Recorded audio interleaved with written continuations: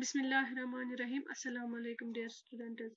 Son AGP class ch 7th skudar H para science chapter son ch window storms and cyclones.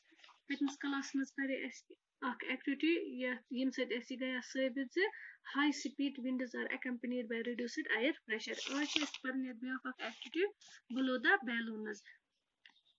Take two balloons of approximately equal size. Put a little water into the balloons. Ashanin zu gobar hagushiman ishivanan. Che an equal size. Pachaman ab titraun thoda mans kamay ab. Blow up the balloons and tie each one to a string. Pachasuman phok halun. Air karon oman mans baron air halun phok pach ak string ane ki tarichan pach tat ganden itkatu yat picture mas vichan chu yadnas. Hang the balloons 8 to 10 centimeter apart. Aktu asimje tar uti asin agund asimje ag balloon mans the as 8 to 10 centimeter a joy pad gund biag balloon.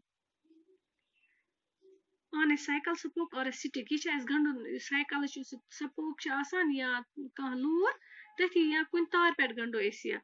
Below in the space between the balloons. Padem is a manshika ya picture manchuti wuchan, yuman don mans bog it is umred panas toda as you sit at fuck apari do this hawa.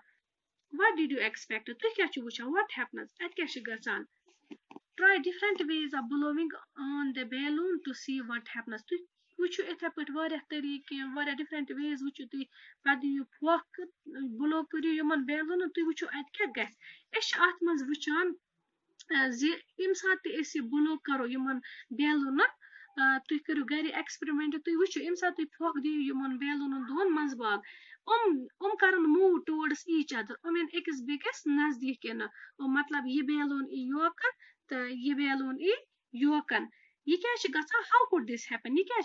This could happen if the pressure of air between the balloons were somehow reduced. Because yum balloon air pressure gets reduced. The pressure outside the balloon would then push them towards each other. Push towards each other. Activity curity gar inshallah next class mas paro iseta biokak activity 8.4 yathas now can you below it lift the yucho is yum sari activities as kare improve yat air exerts pressure se activity pare biak high speed winds are accompanied by reduced air pressure. Actually, research is understand karan it is observation wuchan almost is a high speed asan winds.